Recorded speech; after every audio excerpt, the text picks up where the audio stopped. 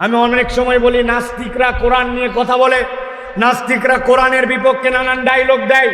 আমি বলি ভাই নাস্তিকদেরকে বাদ দাও, এদেরকে ধরার কোনো আইটেমের মধ্যে ওরা পড়ে না। বলে কেন ধরার আইটেমের মধ্যে পড়ে না? কেন ধরার আইটেমের মধ্যে পড়ে না? এই জন্য কোনো নাস্তিকের বাপের বেটার যদি হিম্মত থাকে, আমি বলি পুরা কোরআনের সাথে তোমার চ্যালেঞ্জ লাগবে না, তুমি একটা আয়াতের সাথে চ্যালেঞ্জ করে জিতে আসো, তারপরে বাকি কথা তোমার সাথে। বলে কি আয়াত? আল্লাহ কোরআনে বলছেন কুল্লু নাফসিন যায়িকাতুল মাউত, এই দুনিয়াতে আত্মা আছে যার, মরণ আছে তার। বেটা তোর কোরআন অস্বীকার করা লাগবে না, কোরআনের একটা আয়াত অস্বীকার করে 200 বছর বাইচে দেখা। তুই এক আয়াত অস্বীকার করতে পারিস না, তোর সাথে আমার আলাপ কিছু, ঠিক না? অতএব কোরআনের জায়গায় ঠিক আছে। কোরআনুল কারীমের ব্যাপারে আল্লাহ বলছেন, আল্লাহ রাব্বুল আলামিন ঘোষণা দিয়েছেন ওই কোরআনের ভিতরে লা ইয়াতিহিল বাতিলু মিন বাইনি ইয়াদাইহি ওয়ালা মিন খালফি। আল্লাহ বলছেন আমি চ্যালেঞ্জ দিলাম ওই কোরআনের সামনে পিছনে কোনো দিক দিয়ে কোনো বাতিল ঢুকতে পারবে না। কোরআন আল্লাহর পক্ষ থেকে সংরক্ষিত। কিন্তু যেই কোরআন ওয়ালা বলে আমি দাবি করতেছি, আমার ভিতরেই বাতিল ঢুকেছে, আমার ভিতরেই শয়তানি ঢুকেছে, আমার ভিতরেই দুষ্টামি ঢুকেছে, আমার ভিতরেই হিংসা ঢুকেছে। আসন্ন শবে বরাত আমরা যেটাকে বলতেছি লাইলাতুন নিসফু মিনাশ শাবান, এই শাবানের রাত থেকে আমাদেরকে আল্লাহর কাছ থেকে পরিষ্কার সিদ্ধান্তে পঙ্কিল হতে হবে। শিরিক করব না, হিংসা বিদ্বেষ অন্তরে আর রাখবো না। রাজি আছেন? রাজি আছেন? আল্লাহ রাব্বুল আলামিন বলছেন যদি আমরা রাজি না হই, আল্লাহ রাব্বুল আলামিনের কাছে একদিন দাঁড়ানো লাগবে। আল্লাহ রাব্বুল আলামিন বলছেন নবী জানান, ওয়ালাউ তারা ইয উকিফু আলান নার, দুনিয়ার বুকে অনেক বাহাদুর দেখেছেন, অনেক দাপটওয়ালা মানুষ দেখেছেন, দুনিয়ার বুকে বিরাট বিরাট ক্ষমতাধর, আল্লাহর পথে কথা বলা হয়েছে, ইসলামের পথে ডাকা হয়েছে, একটুকু পাত্তা দেয় নাই। উল্টারও ইসলাম বিদ্বেষ অন্তরে লালন করত, উপরে উপরে মুসলমান পরিচয় দিত, ফজরের নামাজের পরে জায়নামাজ খুঁজত, রাত্রেবেলা 70 রাকাত তাহাজ্জুদ পড়ত, কিন্তু আলেম ওলামাকে মিথ্যা মামলা দিয়ে ফাঁসি দিতে তাদের হাত কাঁপে নাই। ছিল কিনা? আমার আল্লাহ বলছেন ভালো করে বোঝো, ওয়ালাউ তারা ইয উকিফু আলান নার, একদল লোককে যখন আপনি দেখবেন জাহান্নামের সামনে তারা হাজির হয়ে গেছে, সাথে সাথে তারা বলতে শুরু করবে ফাকালু ইয়া লাইতানা, সবাই মিলে বলবে আমাদের আজকে বড় আফসোস। জিজ্ঞাসা করবে তোমাদের আফসোস কি? তোমাদের যা কর্মফল সেই অনুযায়ী তো তোমাদের আজকে ফলাফল পেয়ে গেছো। সাথে সাথে তারা বলতে শুরু করবে নুরাদ্দু ওয়ালা নুকাযযিবা বিআয়াতি রাব্বিনা, আমাদেরকে একটা সুযোগ দেওয়া হোক, আমরা আবার একটু দুনিয়ায় ফেরত যেতে চাই। ফেরেশতারা জিজ্ঞাসা করবে এই ব্যাককল, দুনিয়ার থেকেই তো এখানে আসছিস, আবার কেন দুনিয়ায় যেতে চাস? সাথে সাথে তারা বলতে শুরু করবে ওয়ালা নুকাযযিবা বিআয়াতি রাব্বিনা ওয়া নাকুনা মিনাল মুমিনিন, দুনিয়ায় আমাদের একটা মিস্টেক ছিল, আল্লাহর আয়াতের ব্যাপারে শতবার বলা হয়েছিল আল্লাহর আয়াত মেনে নাও, মেনে নাও, ওই দিন আমরা আল্লাহর আয়াত মানি নাই। আজকে আমাদের কাছে জাহান্নাম, আজকে আমাদের সামনে আল্লাহর আযাব, আজকে আমাদের হাসরের ময়দান, আজকে আমাদের পুনরুত্থান, আজকে আমাদের আমলনামা আমাদের সামনে হাজির। আফসোস, আমাদেরকে একবার যদি দুনিয়ায় ফেরত পাঠাও, আমরা একবার দুনিয়ায় ফেরত যেতে চাই। জিজ্ঞাসা করি বুঝে থাকলে উত্তর দেন, ওই দিন যাওয়ার পরে আফসোস করে যদি দুনিয়ায় ফেরত আসতে চাওয়া হয়, হাসরের ময়দান থেকে কি দুনিয়ায় ফেরত আসা যাবে? যারা বললেন না যাবে, আল্লাহ রাব্বুল আমিন বলছেন তোমরা কেন দুনিয়ায় ফেরত যেতে চাও? সাথে সাথে তারা বলবে রব্বানা বসরনা ওয়া সামি'না ফারজি'না না'মাল সালিহা ইন্না মুকিনুন। এই রব, আমরা আযাব দেখে ফেলছি, শাস্তি আমাদের চোখের সামনে, সবগুলা তুমি যা বলেছিলে সব সত্য প্রমাণ হয়ে গেছে। রব্বুল আমিন আমাদেরকে একবার দুনিয়ায় ফেরত পাঠাও, আমরা আল্লাহর আয়াতের অস্বীকারী হব না, আমরা পাক্কা ইমানদার হব, না'মাল সালিহা। সাথে সাথে ওয়াদা করতেছি দুনিয়ায় যাওয়ার পরে হেব্বি ভালো কাজ করব। কি করবে? অনেক ভালো কাজ করবে। আল্লাহর আয়াত অস্বীকার করবে না আর ইমানদার হবে। তার মানে বোঝা যায় কিয়ামতের দিনে একদল লোক আল্লাহর আযাব দেখার পরে এই তিনটা কারণে আল্লাহর কাছে তারা আফসোস করবে। এর দ্বারা প্রমাণিত হয় দুনিয়ার থেকে ওই বান্দারা হাসরের ময়দানে যদি যাওয়ার বিশ্বাস রাখে তাহলে আল্লাহর আয়াত যেইটা আছে সে মেনে নিবে, দুনিয়ার বুকে সে নেক কর্ম করবে আর দুনিয়ার বুকে ঈমানটা সে বিশুদ্ধ করে তবেই আল্লাহর কাছে যাওয়ার প্রস্তুতি নিবে, ঠিক কি না? নচেত ওই দিন যাওয়ার পরে আমাদেরকে আফসোস করা লাগবে। এখন একটা পয়েন্ট এখানে বলে আমি আমার মূল কথায় যাব, সেটা হচ্ছে ওরা বলবে আল্লাহর কাছে ওয়ালা নুকাযযিবা বিআয়াতি রাব্বিনা, আল্লাহ আমরা তোমার কোনো আয়াত আর অস্বীকারী হব না। আমি এখানে আপনাদের কাছে জিজ্ঞাসা করতে চাই, বুঝে কথা উত্তর দিবেন। আমাদের এখানে একজনও এমন কেউ কি আমরা আছি যে আমরা আল্লাহর আয়াত অস্বীকার করি? আরেকটুখানি আপনাদের কাছে সরব উত্তর চাই, জোরে না কিন্তু ঠোঁটটা নড়ায় জানাতে হবে, আমরা কি আল্লাহর আয়াত অস্বীকারী? বলছি আমরা আল্লাহর আয়াত অস্বীকারী না, কিন্তু আমরা যদি একটুখানি আমাদের প্র্যাকটিক্যাল লাইফ দেখি তাহলে আমরা দেখব আমরা প্রত্যেকেই কম বেশি আল্লাহর আয়াতের নানান দিক দিয়া অস্বীকারী, আছে কি না? নামাজ পছন্দ করে, রোজা পছন্দ করে, হজ পছন্দ করে, কিন্তু যাকাত দেয় না। যাকাত দেয়, ওষুধ দেয় না। বলে ভাই আল্লাহ রাব্বুল আলামিন বিধান করেছেন কারো যদি 680 কেজি ফসল উৎপাদন হয় আর ওই ফসলটা যদি তার সেচ দিয়ে সার দিয়ে নিজের টাকা খরচ করে হয় তাহলে প্রতি 20 মনে 1 মণ আল্লাহর জন্য দিতে হবে। আর ওইটা যদি সেচ না লাগে, সার না লাগে, ওই যে নারিকেলের গাছ লাগাইছেন না লাগাইছেন কিচ্ছু দেওয়া লাগে না, তাহলে 10-এ 1 আল্লাহর ভাগ। ওই লোক বলে রাখ, যে দুনিয়া আসছে যত কষ্ট করে আবাদ করি, কত ধরনের রিস্ক নিয়ে আমি যাকাত দেই কিন্তু ওসর দিতে পারবো না। বলেন তো ওসরের বিধান জানেই না এরকম মুসলমান আছে কিনা? আপনি বরিশালে অসংখ্য খুঁজে পাবেন। আরেকজন আছে নামাজ পড়ে, রোজা রাখে, হজ করে, যাকাত দেয়, কিন্তু তাকে যদি বলা হয় আল্লাহর এই জমিনে আল্লাহর বিধান দিয়া আল্লাহর হুকুমত দিয়ে দুনিয়াটা চলুক, সংসদটা চলুক আল্লাহর আইনে, ব্যাংকটা চলুক আল্লাহর আইনে, চুরি করলে চোরের বিধানটা আল্লাহর আইন দিয়ে বাস্তবায়ন হোক, সাথে সাথে বলবে সাইফুল্লাহ ভাইকে তো মনে করছিলাম দলীয় বক্তা না, ইনিও দেখি দল করে, আছে কিনা? তার মানে ওই লোকের মন ওই পর্যন্ত আল্লাহর আয়াত মানে যতটুক পর্যন্ত তার দিল টানে। আল্লাহ এই জন্য বলছেন হাসরের দিনে যাওয়ার পরে বড় গলায় বলে আসছিলে আল্লাহ তোমার আয়াতে বিশ্বাস করে কিন্তু তোমার ঈমান পূর্ণ হয় নাই। ওই ঈমান পূর্ণ না হওয়ার জন্য বলবে ওয়ালা নুকাযযিবা বিআয়াতি রাব্বিনা, আল্লাহ দুনিয়ায় ফেরত পাঠাও, এবার যাওয়ার পর আর উল্টাপাল্টা করব না। কিন্তু ওই দিন আর দুনিয়ায় আসার সুযোগ থাকবে। আবার এক শ্রেণীর লোক আছে নামাজ পছন্দ আছে, রোজা পছন্দ আছে, হজ পছন্দ আছে, কিন্তু যেই না জিহাদের কথা বলা হবে সাথে সাথে বলবে জিহাদ মানে জঙ্গিবাদ, জিহাদ মানে বাড়াবাড়ি। আরে রাখো, এটা 1450 বছর আগে ছিল জিহাদ, এখন আর জিহাদ টিহাদ লাগে না। কি বলে ভালো করে বুঝবেন, এইগুলোর নাম ঈমান। এই ঈমান যদি আমার পূর্ণ না হয় তাহলে আল্লাহর বিধানে আপনার ঈমান আনা হয় না, ঠিক কিনা? শয়তান আছে আর আছে। এই তাকবীরে যারা শরীক হতে পারলো না আগামী 1 বছর ওদেরকে আফসোস করা লাগবে, ঠিক কিনা? আগামীর বাংলাদেশ ইনশাআল্লাহ আলেম ওলামার বাংলাদেশ, আগামীর বাংলাদেশ ইনশাআল্লাহ কোরআনের বাংলাদেশ, আগামীর বাংলাদেশ তরুণ যুবকদের বাংলাদেশ, আগামীর বাংলাদেশ বৈষম্যহীন বাংলাদেশ, আগামীর বাংলাদেশ ভারতীয় আধিপত্যবাদকে থাপ্পড় মারার বাংলাদেশ। ওই বাংলাদেশে আল্লাহু আকবারের পক্ষে যারা, তাদের পক্ষে আমরা, ঠিক কিনা? হিসাব যেন মনে থাকে, মনে থাকবে তো? আল্লাহ আমাদেরকে কবুল করবেন, আল্লাহুম্মা আমিন। এই কোরআনুল কারীমের সাথে সম্পৃক্ত হওয়া, কোরআনের সাথে আমাদের জড়িত হওয়া, কোরআন আমাদের জীবনের সাথে সম্পৃক্ত করা, একসাথে এক ঠোঁটে সবাই বলেন কোরআনের সাথে সম্পৃক্ত হওয়ার আমাদের জীবনে প্রয়োজন আছে না নাই?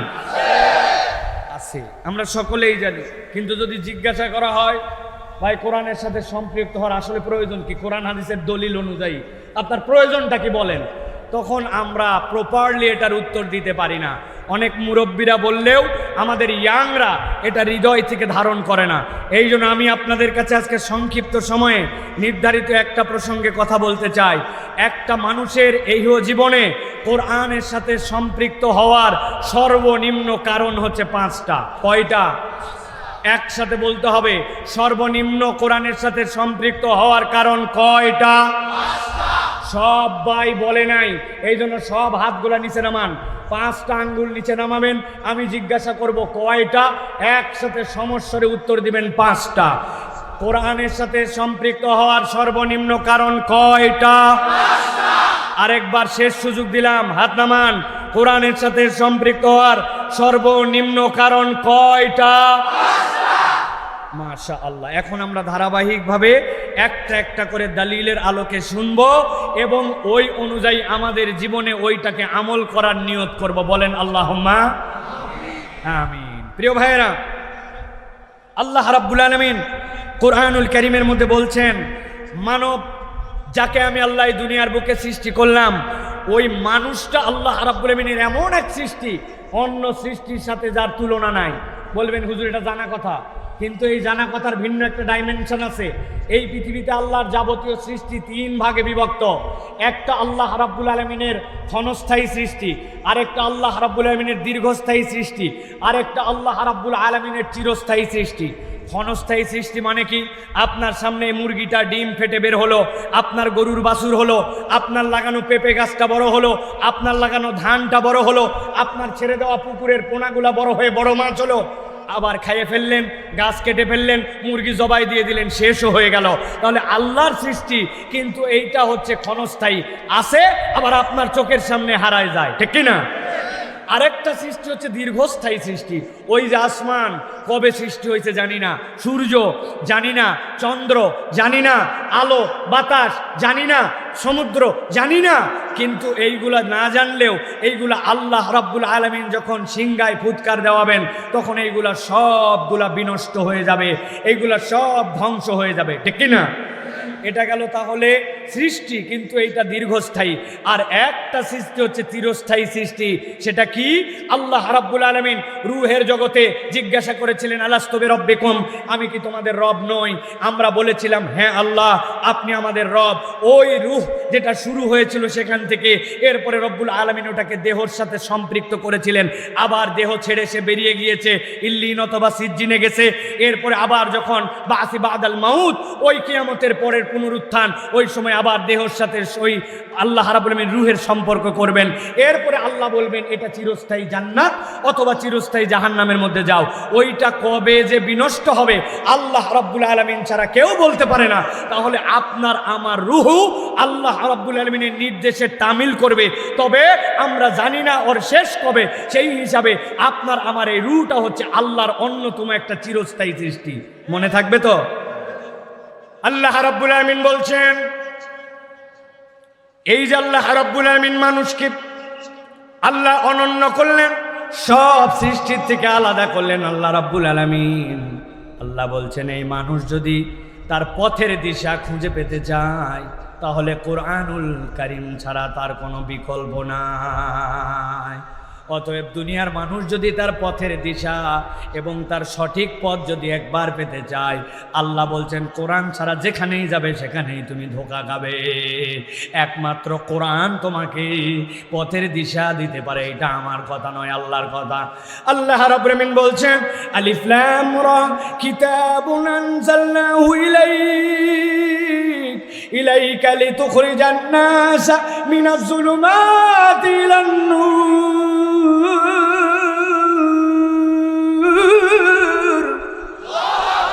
আল্লাহ বলছেন দুনিয়ার মানুষ ভালো করে খেয়াল করো, আল্লাহ কোরআনে 29টা সূরা, এই 29টা সূরার শুরুতে আল্লাহ আল হুরুফ আল মুকাত্তাআত ব্যবহার করেছেন। আল্লাহ রাব্বুল আলামিন যেইগুলাকে আয়াতে মুতাশাবিহাতের মধ্যে অন্তর্ভুক্ত করেছেন, কিন্তু আশ্চর্য হয়ে যাবেন আপনি, ওই 29টা সূরার মধ্যে 26টা সূরা আল্লাহ কোরআনে যেইটা অবতীর্ণ করে আলিফ লাম রা ইয়াসিন হামিম, আল্লাহ এরকম হরফ যেইগুলা দিয়েছেন, ওর 26টা সূরার শুরুতেই আল্লাহ এই অক্ষর ব্যবহারের পরে কোরআন কোরআনের পরিচয় তুলে ধরেছেন। আলিফ লাম মিম যালিকাল কিতাবুল লা রাইবা ফি ইয়াসিন ওয়াল কুরআনিল হাকিম হামিম তানজিলুল কিতাব। আল্লাহ কোরআনের পরিচয় দিলেন, মুফাসসিররা নানান ধরনের ব্যাখ্যা করেছেন, তবে একটা ইন্টারেস্টিং ব্যাখ্যা হচ্ছে আল্লাহ এই আয়াতগুলোর দ্বারা যদি কাউকে জিজ্ঞাসা করেন বলো তো এইটার অর্থ তুমি জানো নাকি, আমরা তো দূরের কথা, আব্দুল্লাহ ইবনে আব্বাস রাদিয়াল্লাহু তাআলা থেকে রিওয়ায়াত এসেছে, তিনি বলছেন এইটার সবচেয়ে বড় ব্যাখ্যা হচ্ছে আল্লাহু আ'লামু বিমুরাদিহি, জানি না ওইটার আসল কথাটা আল্লাহ জানেন। আল্লাহ মূলত বুঝাতে চান বান্দা তোর জ্ঞান কত, তোর বুদ্ধি কত, তোর পাণ্ডিত্য কত, তুই তো এই দুনিয়ার বুকে এখন আরবি জানিস না, আরবির পণ্ডিতের যুগে এই কোরআন দেওয়া হয়েছিল, ওই কোরআন দেওয়ার পরে তারা পর্যন্ত এইটা বলতে পারে নাই। আল্লাহ বলছেন বান্দাকে আমি অক্ষম করে দিলাম, বান্দাকে আমি থামায় দিলাম, বান্দাকে বললাম থেমে যা বান্দা, এবার সামনে পথ চলা শুরু কর। আল্লাহ বলছেন সবগুলোকে অক্ষম করে এবার সক্ষমতার পরিচয়টা কোরআন দিয়ে দিলাম। আল্লাহ বলছেন কিতাবুন আনজালনাহু ইলাইকা লিতুখরিজান নাসা মিনাজ যুলুমাতি ইলান নূর। এই কিতাব অন্য কোনো কারণে আপনাকে হাবিব দেওয়া হয় নাই, এই কিতাবের কাজ হচ্ছে মানুষকে অন্ধকার থেকে বের করে আপনি আলোর দিক দেখাবেন। সুবহানাল্লাহ। নবীজির যুগের নাম ছিল আইয়ামে জাহেলিয়াত, অন্ধকার যুগ, কিন্তু ওই যুগে এত অন্ধকার, ওই যুগে এত রাহাজানি, এত বদমাইশি, এত ডাকাতি, এত ধরনের গুনাহখাতা যেটা কল্পনা করা যায় না।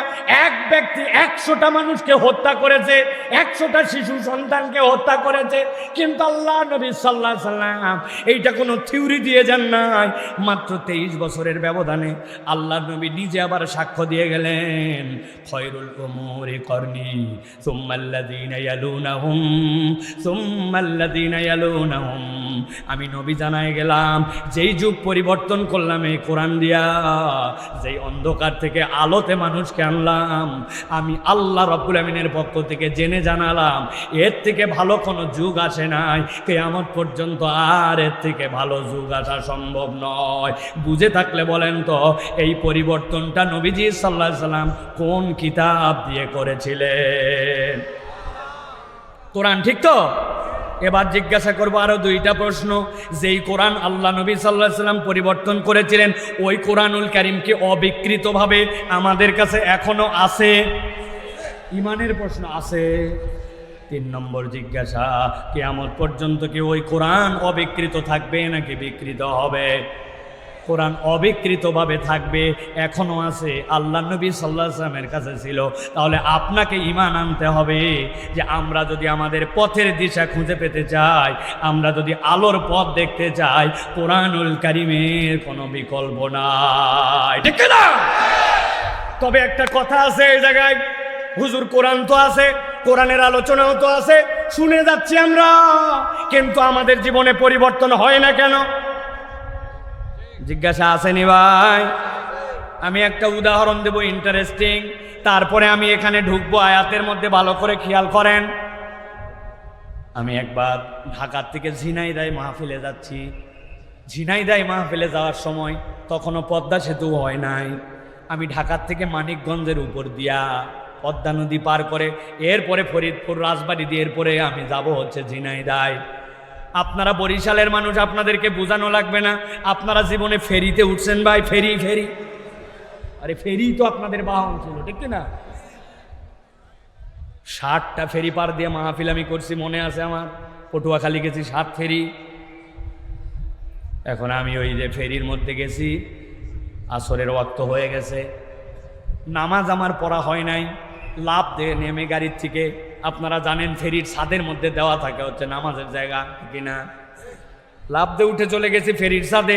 ফেরির ছাদে যাওয়ার পরে আসরের নামাজ পড়বো। এখন মোবাইলটা হাতে নিলাম, মোবাইলটা হাতে নিয়ে মোবাইল বের করলাম। মোবাইল বের করে আমার মোবাইলের মধ্যে এই যে কম্পাস দেখলাম, আপনাদের কেবলা এই দিক, ঠিক তো ভাই? পশ্চিম এই দিক তো। এইটা বের করে আমি 2 রাকাত নামাজ আদায় করে ফেলেছি। যেই নামাজ শেষ হওয়ার পরে ডান পাশে তাকায় দেখি একটা মুরব্বী বসে আছে। মুরব্বী শুধু বসেই নাই, আমার দিকে এমনভাবে তাকায় আছে, এখন অপরিচিত মুরব্বী, খালি তাকায় যদি থাকি বিরক্ত লাগে মানুষ, ঠিক না? আমি দেখলাম মুরব্বী যেহেতু তাকায় আছে, সালাম দিলাম, চাচা আসসালামু আলাইকুম, ব্যাপার কি, ঘটনা কি চাচা, কিছু বলবেন নাকি? মুরব্বী বলছে আমাকে, বাবা তুমি তো অবাক করে দিছো। আমি চিন্তা করলাম দুনিয়াতে হুজুরের দোষের কোনো শেষ নাই, ঠিক না? হুজুর জোরে গেলেও দোষ, আসতে গেলেও দোষ। হুজুর যদি জোরে যায় বলবে খিদা লাগছে, আর যদি আসতে যায় বলবে এতই খাওয়া খাইছে হাঁটতে পারে না, ঠিক কি না? হুজুরের দোষের কোনো শেষ নাই। আমি চিন্তা করলাম কি আবার করলাম যে এই কারণে বলে যে বাবা অবাক করে দিয়েছ। আমি বললাম মুরব্বী ঘটনা কি?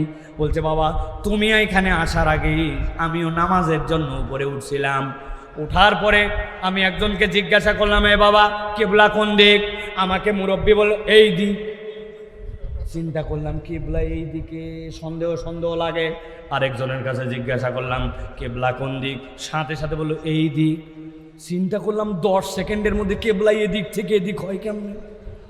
সন্দেহের মধ্যে পড়ে এরপরে এক লোককে বললাম, বাবা তুমি কি ফেরির লোক? বলে হ্যাঁ। কেবলা কোন দিক? বাবা বলছে এই দিক।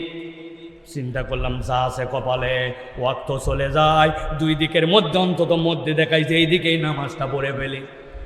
নামাজ 2 রাকাত কমপ্লিট করছি। নামাজ 2 রাকাত কমপ্লিট করার পরে বসে আছি, কিন্তু এরপরে দেখলাম তুমি আসলে। আসার পরে কোনো জিজ্ঞাসা নাই, কিছু নাই, আসলে আর 2 রাকাত নামাজ ঠিকঠাক মতো পড়লে। আমি যেই দিক পড়ছিলাম সেই দিকে কেমনে কি? আমি বললাম চাচা এই ঘটনা তাহলে এটা কোনো ব্যাপারই না। মোবাইলের মধ্যে কম্পাস আছে, কম্পাসের ধর্ম উত্তর দক্ষিণ থাকা, আর উত্তর দক্ষিণের বিপরীত হচ্ছে পূর্ব পশ্চিম।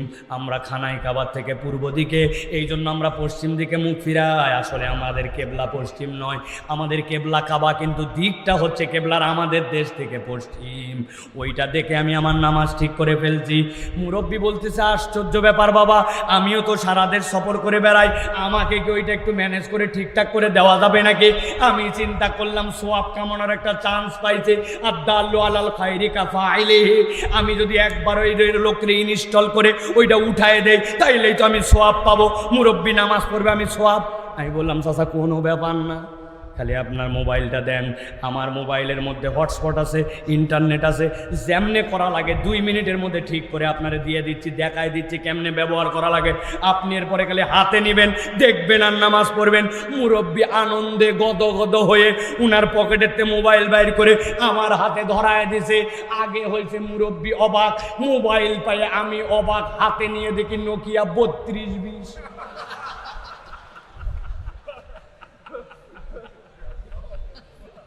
এবার একটু বুঝে থাকলে বলেন আপনারা যারা হাসছেন, নোকিয়া 3220 মোবাইল, বাটন। ওই বাটন মোবাইল আমার হাতে দিছে। ওই বাটন মোবাইলে কি ভাই গুগল প্লে স্টোর আছে? কথা বললেন না আছে?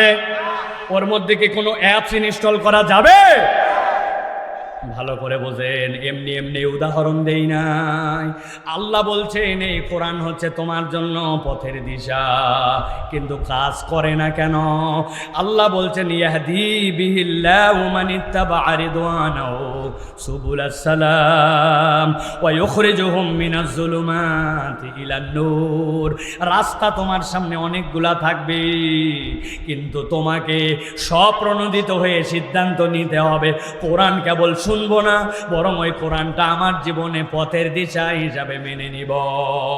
বান্দা যদি মেনে না নেয় তাহলে সে তখন ওই যোগ্যতা অর্জন করতে পারে না যেইটাতে তার ভিতরে ইনস্টল করে ওইটার দ্বারা সে কাজে রূপান্তর করতে পারবে। এখন কোরআনও আছে, মানুষও আছে, কিন্তু কোরআনকে ইনস্টল করার মন মানসিকতার আমাদের অ্যান্ড্রয়েড ফোন মার্কা মুসলমান নাই, ঠিক না? এই জন্য প্রিয় ভাইয়েরা ভালো করে সিদ্ধান্ত নিতে হবে। আজকে যারা এখানে ঠিক ঠিক বলছেন, অজস্র মুরব্বী এখানে আছে, 60 বছর 70 বছর বয়স, এখন পর্যন্ত কোরআন ঠিক মতো পড়তে পারে না। উনিও বলতেছে ঠিক আছে কিনা? কত কিছুতে আপনি পারদর্শী হয়ে গেলেন, দুনিয়া ফাটায় ফেললেন। বরিশালে বসে বসে আমেরিকার নির্বাচন করলেন, এখানে বসে বসে ইউক্রেন রাশিয়ার যুদ্ধের সমাধান প্রায় বাইর করে ফেললেন, ঠিক না ভাই? এমন কোনো কাজ নাই যেটা আপনি করলেন না, কিন্তু এখন পর্যন্ত আপনি কোরআনটা ঠিকঠাক মতো পড়লেন না। আপনি বলেন বয়স হয়ে গেছে, আমিও বলি নবীজির একজন সাহাবী ছিল, তারও বয়স হয়েছিল 120। উনার বাড়িও কিন্তু মদিনায় ছিল না, বাড়ি ছিল ইরানে। 120 বছর বয়সে ঈমান আনার পরে এরপরে ইরানের পারস্য ভাষাভাষী এমনভাবে কোরআন শিখেছিলেন যে তার বুদ্ধিতে আল্লাহর নবী খন্দকের যুদ্ধ করেছিলেন। তাহলে ওই সাহাবী যদি পারে, আমাদের এলাকার মানুষ হিসাবে আপনি 50-60 বছরে দুনিয়া ফাটায় ফেললেন, অথচ আপনি কোরআন আজ পর্যন্ত শিখলেন না। ঠিক না? ভালো করে এই জন্য বোঝেন, আপনাকে বিশ্বাস রাখতে হবে। পথের দিশা যদি আমি পেতে চাই, কোরআনুল কারীমের কোনো বিকল্প নাই। ডানে আপনাকে পথ দেখাবে, বামে আপনাকে পথ দেখাবে, অমুক তমুক আদর্শের দিকে আপনাকে নিয়ে যাবে। ও হাতে আসতেও ভাল লাগবে, কিন্তু আবার যখন জায়গা মতো রাস্তায় স্লোগান দেওয়ার সময় আসবে, তখন আপনার চরিত্র চেঞ্জ হয়ে যায়। আপনি তখন আবার স্লোগান দেন অমুক ভাইয়ের চরিত্র ফুলের মতো পবিত্র, নামাজ পড়েনি ফজরেরটা জামাতে, বিগত 40 দিন এক ওয়াক্ত আছে কিনা? আল্লাহ এই জন্য বলছেন আপনার আমার জন্য কোরআনের সাথে সম্পৃক্ত হওয়ার প্রয়োজন আছে। 1 নম্বরটা সারা জীবন মনে রাখবেন, কোরআন ছাড়া আমাকে সঠিক পথের দিশা কেউ দিতে পারে না। ঠিক না? 2 নম্বরে আল্লাহ রাব্বুল আমিন বলছেন, একটা মানুষ দুনিয়াতে আসলো, আল্লাহ রাব্বুল আমিন তাকে দুনিয়ায় পাঠানোর পরে আবার রবের সামনে তাকে একদিন হাজির করবেন। আল্লাহ বলছেন ওই মানুষের এই যে জীবনকাল, ওই জীবনের উদ্দেশ্য যদি বান্দা জানতে চায়, আল্লাহ বলছেন কোরআনুল কারীম ছাড়া জীবনের প্রপার উদ্দেশ্য আপনাকে কেউ বলে দিতে পারবে না। ভালো করে খেয়াল করেন এই পয়েন্টটা। আল্লাহ রাব্বুল আমিন সূরা মুলকের মধ্যে বলছেন জীবনের উদ্দেশ্য একটা, প্রথমে বুঝো, আল্লাযী খলাকাল মাউতা ওয়াল হায়াতা লিয়াবলুয়াকুম আইয়ুকুম আহসানু আমালা।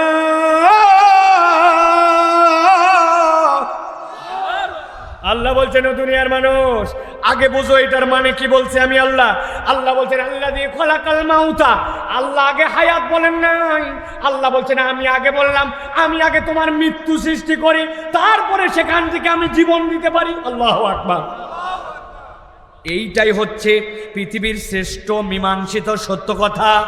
কেননা ফেরাউনের কাছে যখন মূসা আলাইহিস সালাম গিয়েছিলেন, ফেরাউন বলছিল না আনা রব্বুকুমুল আলা, আরে জীবন আমিও দিতে পারি, মারতে আমিও পারি, বলছিল কেনা?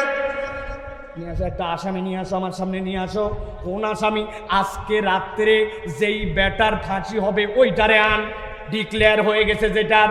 এই তুই জানিস তোর আজকে ফাঁসি হবে? হ্যাঁ জানি। যা, আমি তোর জীবন দিতে পারি, তোরে জীবন দিয়ে দিলাম। সামনে মূসাকে বলছে দেখ ওটারে জীবন দিলাম। মূসা আলাইহিস সালাম কিচ্ছু বলেন নাই, চুপ করে আছেন। এরপরে বলছে এরকম কোনো আসামি আছে নাকি এখন পর্যন্ত যার বিচার শুরু হয় নাই কিন্তু গ্রেপ্তার করে আনা হয়েছে? বলছে এরকম প্রচুর আসামি আছে, গণভাবে ধরা হয়েছে আগে, পরে যে অনুযায়ী তার মামলায় ঢুকানো লাগবে ওই মামলায় নাম দেওয়া হবে।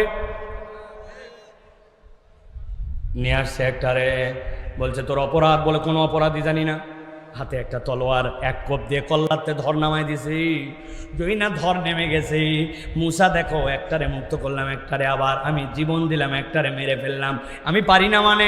মূসা আলাইহিস সালাম তাকে বলছেন আপনি যে খেলা দেখালেন অবাক হয়ে গেছি আমি, শুধু অল্প একটুখানি বাকি আছে, বলে দুইটাই করে দেখালাম, আবার বাকি কি? বলে বাকিটাও বেশি দূরে না, একটারে তো জীবন দিলাম দেখলামই হাসতে হাসতে চলে গেছে, আরেকটা তো আমার সামনেই মারলেন, তবে যেইটারে মারলেন ওইটার ধর আর কল্লা তো আপনার সামনেই পড়ে আছে, ওইটা খালি একটু জোড়া লাগায় আপনাকে একটু রব বলে ডাকতে বলেন, বেশি বেশি কথা বলে আছে না ভাই? যখন যুক্তিতে পারে না তখন বেশি বেশি কথা বলে। হুজুরের সাথে যখন তার আর কুলায় না তখন হুজুরকে গন্ধ গন্ধ লাগে, আছে না ভাই? এটা ফেরাউনি চরিত্র। আল্লাহ রাব্বুল আলামিন বলছেন গভীর মনোযোগ, ভালো করে খেয়াল করেন তরুণ যুবকেরা। আল্লাহ বলছেন আল্লাযী খলাকাল মাউতা, তিনি তো তোমার সেই রব যিনি মৃত্যু সৃষ্টি করেছেন, ওয়াল হায়াতা, জীবন দেন। কেন দিলেন? লিয়াবলুয়াকুম আইয়ুকুম আহসানু আমালা। এই আয়াত জানে না এরকম কেউ নাই, কিন্তু এই আয়াতের ভিতরে বোধের জায়গা আছে, এইটা নিয়ে আমরা ভাবি নাই। জীবনের উদ্দেশ্যের মধ্যে কেমনে ঢুকানো হয়েছে খেয়াল করেন। দুনিয়াতে আপনাকে কি বলে? দুনিয়াদাররা আপনাকে বলে আপনাকে পারফেক্ট হতে হবে, আপনাকে সেরা হতে হবে, আপনাকে অনন্য হতে হবে, নিখুঁত হতে হবে, বলে কি না? ইসলাম বলতেছে ভিন্ন কথা। কেননা ইসলামের বোধের জায়গাটা আপনাকে কোরআন শিখায়। আল্লাহ বলছেন আইয়ুকুম আহসানু আমালা। আল্লাহ এই জায়গায় আহসানু না বলে যদি বলতেন আকমালু আমালা, আমি আল্লাহ দেখতে চাই তোমাদের মধ্যে কে পূর্ণ করেছে আমল, তাইলে বান্দা দুনিয়ার বুকে চিরস্থায়ীভাবে ফেঁসে যেত। আপনি নামাজে দাঁড়াইছেন, আপনার অবস্থা জানি না, আমি আমার অবস্থা বলছি। আমি নামাজে দাঁড়াইছি, নামাজে দাঁড়ানো মাত্র ইমাম সাহেবের পিছনে যদি নামাজে দাঁড়াই যাই, মনোযোগ রাখা বেশি কঠিন হয়। কেননা আমার তো কাজ কম, আমি তো অনুসরণ করতেছি, আমার মন মাঝে মাঝে চলে যাচ্ছে মাহফিল আর কত দূর আছে, যাই ঠিকঠাক মতো ধরতে পারবো কিনা, গাড়ির গ্যাস তো লাল বাতি জ্বলে উঠছে, গ্যাসের স্টেশনে যাইতে পারবো কিনা, 6টার পরে গেলে তো গ্যাস বন্ধ হয়ে যাবে, নানান চিন্তা ভাবনা উকি ঝুঁকি দেয়। আবার টেনে টেনে মন নিয়ে আসা লাগে নামাজে। আপনাদেরও কি এরকম নামাজের মধ্যে মন এদিক সেদিক যায়? এখানে যদি একজন থাকেন একটু হাত তুলে দেখান, হুজুর জীবনে এমন ভাবে 10 রাকাত নামাজ পড়ছে আল্লাহ কবুল না করে পারবে না। আছে ভাই? রোজার অবস্থা কি? এমন ভাবে আমি তওয়াফ করছি, আমার তওয়াফ আল্লাহ কবুল না করে পারবে না, বলতে পারবো না কেউ। বলছে হুজুর জানা কথা আবার বলেন কেন? এই আয়াত আপনাকে আমাকে জীবনের উদ্দেশ্য শিখাচ্ছে। আল্লাহ বলছেন বান্দা তুমি কখনো পারফেক্ট হতে পারবে না, তবে আমি জীবনের বোধ তোকে জানাই দেই, আইয়ুকুম আহসানু আমালা। আমি কমপ্লিটনেস দেখতে চাই না, তবে আমি প্রচেষ্টাটার সর্বোচ্চ কে করেছে ওইটা দেখতে চাই। আমার বান্দার মন অন্যদিক চলে গেছিল, আবার মন টেনে নামাজে আনছে। আবার আমার বান্দার চোখ দিয়ে গুনাহ হয়েছিল, আমার বান্দা গুনাতে দায়েম থাকে নাই, আবার ফেরত আসছে, ভালো পথে আসার জন্য চেষ্টা করছে। আল্লাহ বলছেন আল্লাহ তোকে পারফেকশনিস্ট বলেন নাই, উত্তম প্রচেষ্টাকারী হতে বলেছেন। আপনাকে এই জীবনের বোধ কোরআন ছাড়া আর কেউ আপনাকে শিখায় না, ঠিক কি না? এই জন্য আল্লাহ রাব্বুল আমিন বলছেন আইয়ুকুম আহসানু আমালা, আমি দেখতে চাই তোমাদের মধ্যে উত্তম প্রচেষ্টাকারী কে। আপনি ছেড়ে দেন নাই, আপনি বাদ দিয়ে দেন নাই, আপনি একবারে চলে যান নাই। শয়তান যতবার গাফেল করছে আপনি ততবার আল্লাহর দিকে ফেরত আসছেন। আল্লাহ বলছে আপনি যদি এই প্রচেষ্টা করেন, আল্লাহ এই প্রচেষ্টাকে কবুল করে আপনার জন্য জান্নাতে যাওয়ার রাস্তা সহজ করে দিবে। আল্লাহ বলছেন আরেকটা জায়গা, দুনিয়ার মানুষ জেনে রাখো তোমার জীবনের আর একটা উদ্দেশ্য আছে। কি উদ্দেশ্য? দুনিয়ায় সবাই আপনাকে কিসে লাগাইছে? দুনিয়ার সবাই, মনে রাখবেন এই শব্দ দুইটা, দুনিয়ার সবাই আপনাকে প্রতিযোগিতায় লাগাইছে। দৌড়াও দৌড়াও, রেস করো, খালি প্রতিযোগিতা, ঠিক কিনা? কিন্তু ইসলাম আপনাকে প্রতিযোগিতায় নামায় নাই, ইসলাম আপনাকে সহযোগিতায় নামাইছে। আল্লাহ বলতেছেন আমি আমার বান্দার জন্য দায়িত্ব দিলাম, তাআওয়ানু আলাল বিররি ওয়াত তাকওয়া ওয়ালা তাআওয়ানু আলাল ইসমি ওয়াল উদওয়ান। আমি তোকে প্রতিযোগিতা করতে বলি নাই, সহযোগিতা করতে বলেছি। ইসলাম মেন্টালিটিতে আপনাকে সহযোগী বানায়, আর আপনাকে দুনিয়াবাসী প্রতিযোগী বানায়া একজনের মধ্যে আরেকজনের সাথে হিংসা ঢুকায়, এটা কেনা? এই জন্য কোরআন বলছে জীবনের উদ্দেশ্য জানতে হলে তোমাকে কোরআনের কাছ থেকে আসতে হবে। আল্লাহ কোরআনুল কারীমের মধ্যে বলছেন তোমার জীবনের এবার উদ্দেশ্যের প্রাথমিকটা জেনেছো, তবে চূড়ান্তটা জেনে নাও। কিয়ামত পর্যন্ত মানুষের জন্য এই কোরআন বলতেই থাকবে, কুনতুম খায়রা উম্মাতিন উখরিজাত লিন-নাস তা'মুরুনা বিল মা'রুফি ওয়া তানহাউনা আনিল মুনকার। আল্লাহ বলছেন আমি আল্লাহ তোমাদেরকে বললাম তোমরা উত্তম জাতি, আমি রব্বুল আমিন তোমাদেরকে উত্তম করে সৃষ্টি করেছি। কেন উত্তম বানালাম? আল্লাহ বলছেন উখরিজাত লিন-নাস, তুমি বলো সময় বলো পার্সোনাল, আমার ব্যক্তিগত। আল্লাহ বলছেন মুসলমানের ব্যক্তিগত জীবন অল্প একটু, মুসলমানের পুরা জীবনটাই অপরের জন্য উৎসর্গিত। সুবহানাল্লাহ। কুনতুম খায়রা উম্মাহ, উখরিজাত লিন্নাস, আল্লাহ বলছেন তুমি উত্তম, কেননা আমি তোমাকে মানুষের জন্য সৃষ্টি করেছি। আল্লাহ বলছেন দায়িত্বটা কি? জানা কথা কিন্তু বার্তা গভীর। আল্লাহ বলছেন তা'মুরুনা বিল মা'রুফ ওয়া তানহাউনা আনিল মুনকার। তুমি তোমার শ্রেষ্ঠত্ব যদি ধরে রাখতে চাও, তোমার দায়িত্ব হচ্ছে প্রাথমিকভাবে দুইটা। তুমি সৎ কাজের আদেশ দিবে আর অন্যায় থেকে মানুষকে ফিরাবে। কিন্তু পৃথিবীর বাস্তবতা ভালো করে খেয়াল করেন, নিজে বাঁচলে বাপের নাম। বরিশালে বলে ভাই, ইসলামে এইটা চূড়ান্ত একটা মিথ্যা কথা। ইসলামে এই কথার সাথে দূরতম সম্পর্ক নাই। ইসলাম বলতেছে নিজে বাঁচলে বাপের নামই হতে পারে না, কেননা আল্লাহ বলছেন কু আনফুসাকুম ওয়া আহলিকুম নারা। আর তোমার শ্রেষ্ঠত্বটাই দেওয়া হয়েছে অপরকে বাঁচালে, অপরকে আল্লাহর দিকে আনলে, অন্যায় থেকে ফিরালে, তবেই তুমি শ্রেষ্ঠ, নচেত তোমার শ্রেষ্ঠত্ব আর মর্যাদা নাই। কিন্তু এখনকার সমাজে আমরা দেখতে পাই সৎ কাজের কিছু আদেশ করলেও অন্যায় থেকে ফিরানোর মেন্টালিটি আমাদের নাই। ওরা গন্ডগোল করতেছে ভাই, ওরা আমার পাড়ারও না, ওরা আমার আত্মীয় স্বজন না ভাই, ওরা ফাটাফাটি করুক ভাই, আমি ঝুট ঝামেলার মধ্যে নাই। উনি ফাটাফাটি করতে দেয় আর মনে করে আমি বিরাট ভালো মুসলমান। আপনি মুসলমানের মও বোঝেন নাই এখনো, ঠিক কিনা? বলবেন হুজুর একটা হাদিস শুনছিলাম, আমিও আপনাদের কাছে বলি, দেখেন তো হাদিসটা আপনারা জানেন কিনা। কোন মুনকারান, তোমাদের মধ্যে থেকে কেউ যদি কোনো অন্যায় দেখে, আল্লাহ নবী বলছেন ফালিয়াতাগায়্যারুহু, তুমি সেটা পরিবর্তন করবে 1 নম্বর বিয়াদি, শক্তি দ্বারা। এরপরে যদি তুমি না পারো তাহলে তোমার জবান দ্বারা। ফাইল্লাম ইয়াস্তাতি, যদি এটাতেও সক্ষম না হও, আল্লাহ নবী বলছেন তাহলে অন্তরের ঘৃণার দ্বারা। যালিকা দাফুল ঈমান, এরপরে আর ঈমানের কোনো স্তর নাই। তাহলে 1 নম্বর বলতে হবে, প্রতিরোধ করতে হবে। আল্লাহ রাব্বুল আমিনের নবীর ভাষায় আমাদেরকে 1 নম্বর প্রতিরোধের স্তর কি দ্বারা? আচ্ছা বুঝলাম না, আপনারা কথা বলতেছেন না কেন? কি দ্বারা? পেছনে যারা আমার সাথে আছেন, ওই যে পেছনে, কোন দিক তাকায় আছেন আপনারা? কি দ্বারা? ক্ষমতা দ্বারা, পাওয়ার। 2 নম্বরটা কি দ্বারা? মুখ দ্বারা। 3 নম্বরটা, এবার চলেন আমাদের আমলগুলো আমরা একটু বিশ্লেষণ করে দেখি। যদি কোনো গন্ডগোল হয়, ফাসাদ হয়, আপনি দেখছেন অন্যায় হয়, আপনি চিন্তা করছেন ঝুট ঝামেলার মধ্যে আমার জড়ানোর দরকার নাই বাবা, আমি মন থেকে এই জিনিসটা অপছন্দ করি। আপনি মনে করছেন আমার ইমানের স্তর হয়ে গেছে। আপনি আপনার ইমানের স্তরের মাত্রাটা, দায়িত্বটা, জীবনের উদ্দেশ্যটা এখন পর্যন্ত আপনি বুঝতে পারেন নাই। আমি আপনাকে একটা উদাহরণ দেই। একটা মসজিদের 4টা সিঁড়ি আছে, 4 ধাপ দিয়ে দিয়ে মসজিদে উঠা লাগে। হঠাৎ করে একদিন ফজরের নামাজের সময় ইমাম সাহেব এসে দেখে মসজিদের সিঁড়ির উপরে একটা কুকুর মারা গেছে। ইমাম সাহেবের মনটা খারাপ হয়ে গেছে, মরবি মর কুত্তা, তুই আর মরার জায়গা পালি না, মসজিদের সিঁড়ির উপরে মরেছিস। মসজিদের সিঁড়ির উপরে কুকুর মরে পড়ে আছে।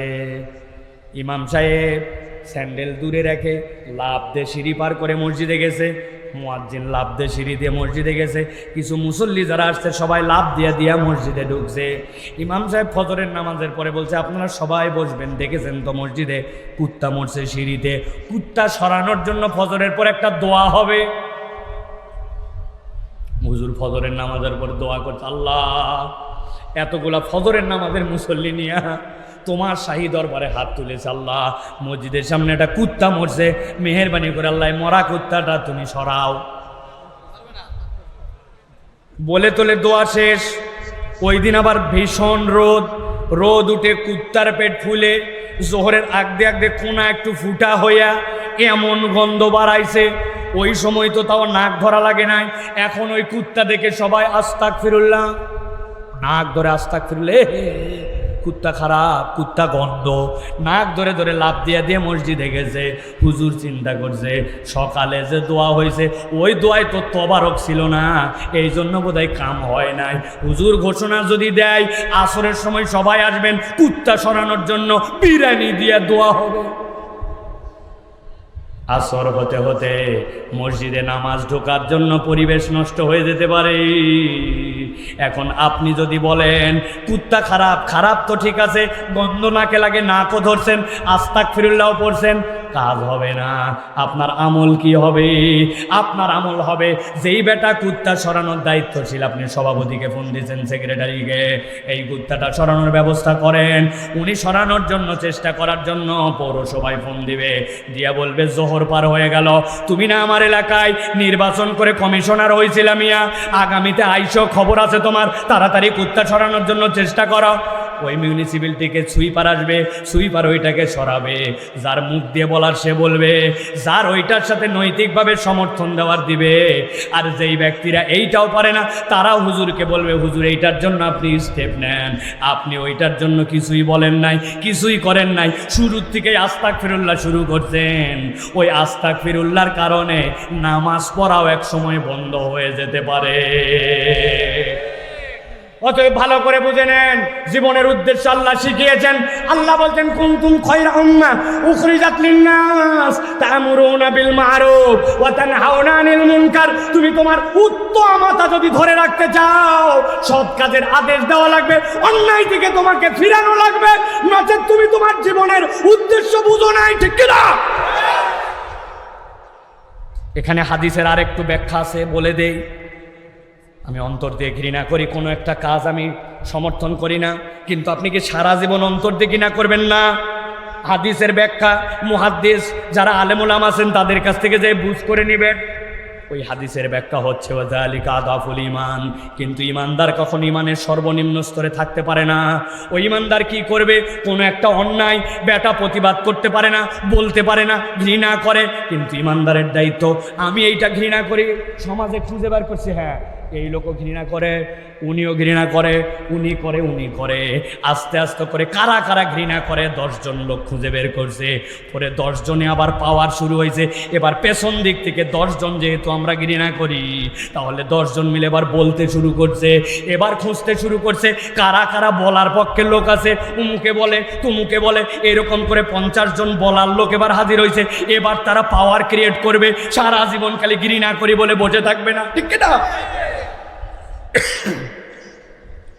তাহলে প্রিয় ভাইরা, ভালো করে আমাদের বুঝতে হবে কোরআনের সাথে সম্পৃক্ততার একটা কারণ।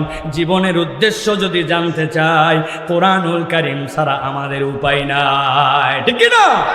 দুনিয়ার মানুষ আপনাকে নানান কিছু বুঝ দিবে, কিন্তু কোরআন আপনাকে সঠিক বুঝটুকু দিবে যে তোমার ultimate destination of your life, তোমার জীবনের গন্তব্য কোথায়। তো ওই গন্তব্যে যদি তুমি সঠিকভাবে পৌঁছাতে চাও, তাহলে জীবনের উদ্দেশ্য তোমার জানতে হবে।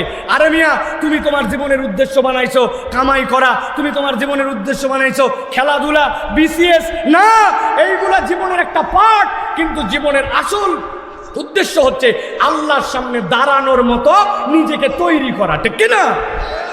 অথবা এইটা আপনাকে কোরআন শিখাবে ভাই।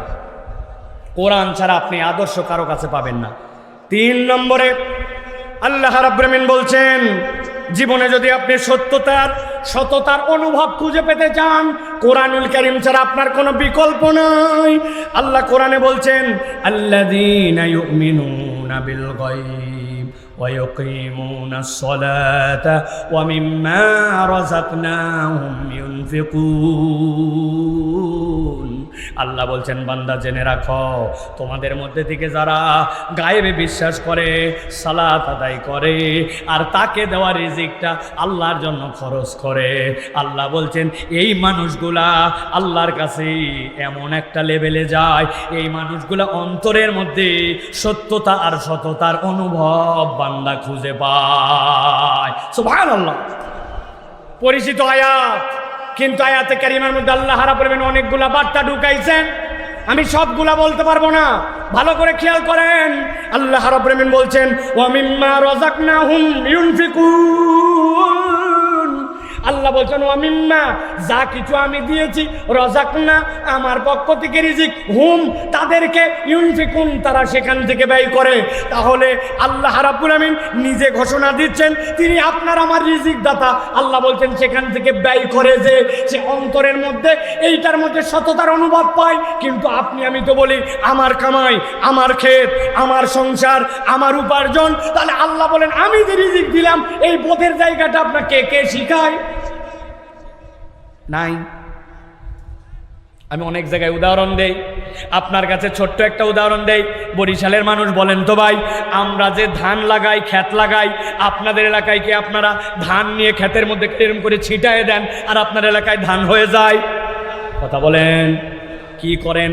ছোট্ট করে একটা বেড বানান, ওইটা নরম করেন, একটা শিকড়ও যেন না থাকে, সবগুলা উঠায় ফেলে নরম মাটি, এরপরে সবচেয়ে ভালো বীজ, ওই বীজগুলো আপনি জড়ো করেন, করার পরে ওইটাকে নেন, নেওয়ার পরে ওইটা আগের রাত্রে পানির মধ্যে ভিজায় রাখেন, এরপরে আপনি ওইটাকে বেডের মধ্যে ছিটায় দেন। ছিটাই দেওয়ার পরে জিজ্ঞাসা করি, বলেন ওই বীজ যেটা ছিটাইছেন ওইটার যেদিক সেদিক থেকে মাথা, আর যেদিক সেদিক থেকে কি ওইটার মধ্যে ট্যাগ গজায়? প্রিয় ভাইয়েরা, আলহামদুলিল্লাহ, আমার কথা শেষ। আমি আপনাদের কাছে যে কথা বলেছি মনে থাকবে কিনা আপনাদের, যে মানুষের মানব জীবনে কুরআনুল কারীমের সাথে আমাদের সম্পৃক্ততার প্রয়োজন কয়টা? মনে আছে আপনাদের? একসাথে হাত তুলে দেখেন কয়টা? মনে থাকবে ইনশাল্লাহ। এইগুলো আমাদেরকে স্মরণে রাখতে হবে, কেননা কোরআনুল কারীম কেবল শোনার গ্রন্থ নয়, কোরআনুল কারীমের বিধান অনুযায়ী জীবন যাপন করে আমাদেরকে আল্লাহর সামনে একদিন হাজির হতে হবে। যেই দিন হাজির হব, হওয়ার পরে বান্দা 3টা কারণে ফেরত আসতে যাবে। মনে আছে তো আপনাদের? 1 নম্বর বলেছি আল্লাহর আয়াত অস্বীকার করবে, 2 নম্বর বলেছি ওই দিনে বলবে আমরা ইমানদার হব, আর 3 নম্বর বলেছে আল্লাহ আমরা ভালো কাজ করব। তার মানে আল্লাহর কাছে হাজির হওয়ার আগেই এই প্রস্তুতি নিয়ে যাওয়া লাগবে। রাজি আছি তো আমরা ইনশাআল্লাহ? অত্যন্ত দামি এক মাস আমাদের সামনে সমাগত।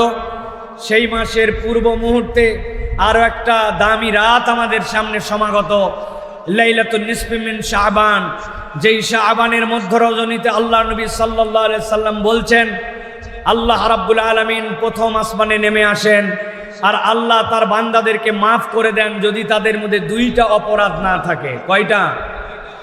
সব বান্দাকে আল্লাহ মাফ করে দেন, 2টা অপরাধ যদি তারা মুক্ত হতে পারে। এর 1 নম্বর, ওই ব্যক্তিরা যদি মুশরিক তথা শিরিকের অপরাধ থেকে মুক্ত হয়, আর 2 নম্বর হচ্ছে ওই মানুষগুলো যদি অন্তর থেকে হিংসা বিদ্বেষ মুক্ত হয়। আমাদের মধ্যে অনেক মানুষ আছে আলহামদুলিল্লাহ মুশরিক নয়, আমরা ইমানের দাবিদার, কিন্তু আমাদের মধ্যে লক্ষ কোটি ইমানদার এখনো রয়ে গেছে যাদের অন্তরটা হিংসা বিদ্বেষ মুক্ত নয়। আছে কিনা ভাই? একজন পীর সাহেবের মুরিদ আর একজন মুরিদ না। পীর সাহেবের মুরিদ মুরিদ আলারে দেখতে পারে না, মুরিদ আবার যেইটা না ওইটারে দেখতে পারে না। আবার আরেকজন মনে করে আমার পীরই খালি হক আর বাকি সব বাতিল। আছে কিনা ভাই? এরা কি অমুসলমানরা ভাবে না মুসলমান? আমার ওস্তাদ আব্দুল্লাহ জাহাঙ্গীর রাহিমাহুল্লাহ বলতেন, বাংলাদেশের মানুষ প্রায় 99% একটা মতে একমত। কি সেইটা? বলে 99% একমত যে সবাই জাহান্নামে যাবে। বলে স্যার এটা আবার কেমনি, কি আপনি কোত্থেকে এই প্রেডিকশন দিলেন? বলে দেখো না, ও বলে আমার পীর হক, আমরাই জান্নাতি দল, বাকি সব। বললাম না, ওরা আবার বলে আমরাই হক বাকি সব। এখন সবাই মিলে তো বাকি সবের তালিকায় ফেলছে, ফালায় তো সবাই মিলে একটা সিদ্ধান্তে আসছে যে জান্নাতে কয়েকজন গেল, বাকি সব জাহান্নামী, তাই না? এই অন্তর নিয়ে, এইরকম বিদ্বেষযুক্ত অন্তর নিয়ে আল্লাহর সামনে দাঁড়ানো যাবে না। এই জন্য কোরআনের হালাকায়, কোরআনের ময়দানে আমরা যারা আসবো, প্রথম আমাদের দিলের মধ্যে এই তামান্না রাখতে হবে, আমি আমার কোনো মুসলমান ভাইকে জাহান্নামে পাঠাই আমার কোনো লাভ নাই। আমি তার জাহান্নামে যাওয়ার অজুহাত খুঁজবো না, বরং আমি জান্নাতে যাওয়ার তার কারণ খুঁজবো, আমার ভাইকে জান্নাতে নেওয়ার জন্য চেষ্টা করব। ঠিক কি না?